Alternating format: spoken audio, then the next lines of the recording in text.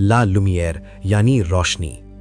ये वही लकड़ी थी जो कभी उन्हें गुलामी में ले जा रही थी और अब वही लकड़ी उनकी आजादी की उम्मीद बन गई थी। लेकिन इस नाव पर किसी भी अफ्रीकी गुलाम को नहीं बैठने दिया गया। सिर्फ फ्रांसीसी नाविक और अधिकारी ही उस पर सवार हुए। जाते समय उन्होंने गुलामों से वादा किया कि वे मदद लेकर वापस आएंगे और उन्हें यहां से निकाल ले जाएंगे। जब ला लुमियर समुद्र में आगे बढ़ा तो द्वीप पर खड़े गुलाम हाथ हिलाते रहे। उनकी आंखों में उम्मीद और दिल में डर दोनों थे। वे रोज समुद्र की ओर देखते थे कि शायद आज वो जहाज लौट आए। ला लुमियर का सफर बेहद खतरनाक था। समुद्र उग्र था, लहरें ऊंची थीं और तेज तूफान लगातार जहाज को हिला रहे थे।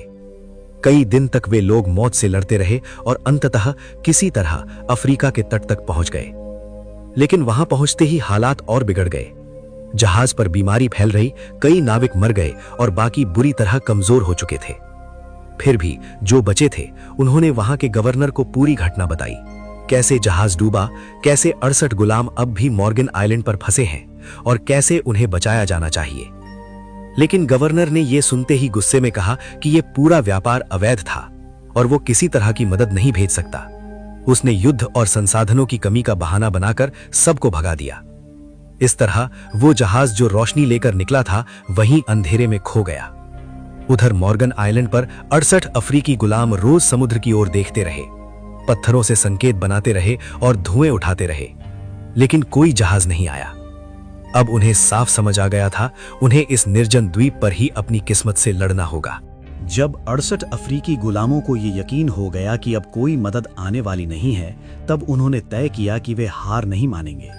सबसे पहले उन्होंने उस पानी वाले गड्ढे को ही अपनी जिंदगी का केंद्र बना लिया।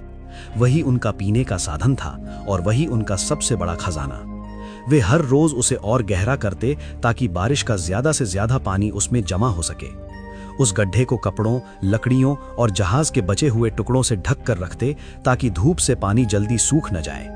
पानी को बचाना उनकी सबसे बड़ी प्राथमिकता बन गया था, क्योंकि बिना पानी कोई एक हफ्ता भी जिंदा नहीं रह सकता था।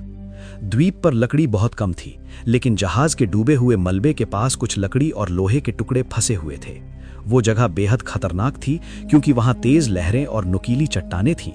फिर भी कुछ बहादुर लोग वहां जाकर जरूरी सामान लाते थे। उसी से उन्होंने छोटे छोटे घर बनाए। रेत की दीवारें उठाकर ऊपर समुद्री घास, कपड़े और लकड़ी के टुकड़े रखकर छत बना दी जाती थी। ये घर उन्हें धूप, बारिश और तेज हवाओं से थोड़ी राहत देते थे।